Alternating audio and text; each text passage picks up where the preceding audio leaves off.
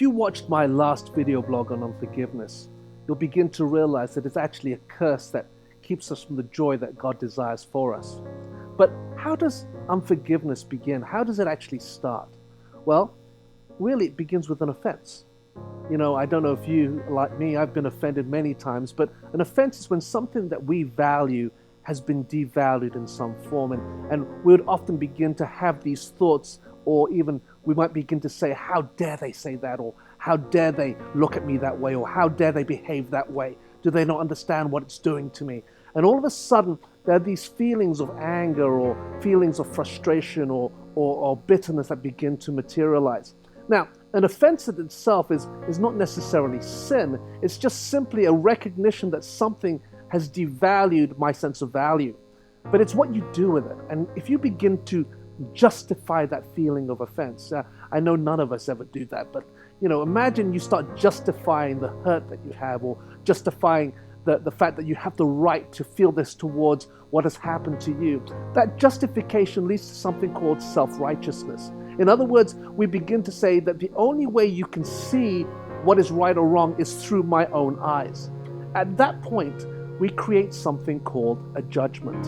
And a judgment is what I call a conclusion, or an authoritative conclusion, that the only way I see the situation is the only way to see the situation. In other words, you lose objectivity and your opinion is purely subjective. And so you begin to, what I call, create a filter. And so you see everything through the eyes of your judgment because it's a conclusion. And so somebody who may be the most amazing person because they've offended you, the next thing you know, you think they're evil or the devil incarnate.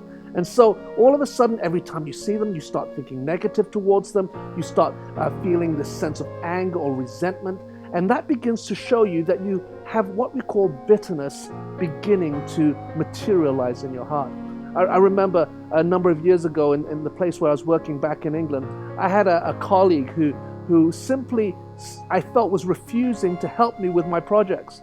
And I thought we were a team together. And I just said, could you lend me this person to help me, or lend me this person? And he kept saying no. And the more he said that, I felt offended, I felt hurt, and I became angry. And then one day, it got so bad that I started to spout off all this stuff to one of my bosses. Well, she brought me in and she began to say, Steve, is it possible that you have a judgment towards this person? And he brought this person in, and all of a sudden, I asked him, why did you do this? Why did you do that? Why did you do this? And all of a sudden, he just simply said, Steve, I need you to know this is what I was asked to do, and this is what I needed to be done. It's not that I don't support you. Actually, we could have done it this way, we could have done it that way. And I suddenly realized that there was another way through this situation, but I had allowed the offense to get in the way and caused me to have hatred and caused me to divide myself with this guy.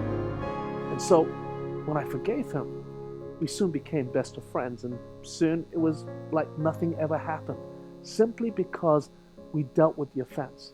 And so over the next video blogs, we're going to look at dealing with offenses, dealing with the bitter root judgment that's in our hearts, so that we can walk into freedom and walk into wholeness. This is Steve Chua.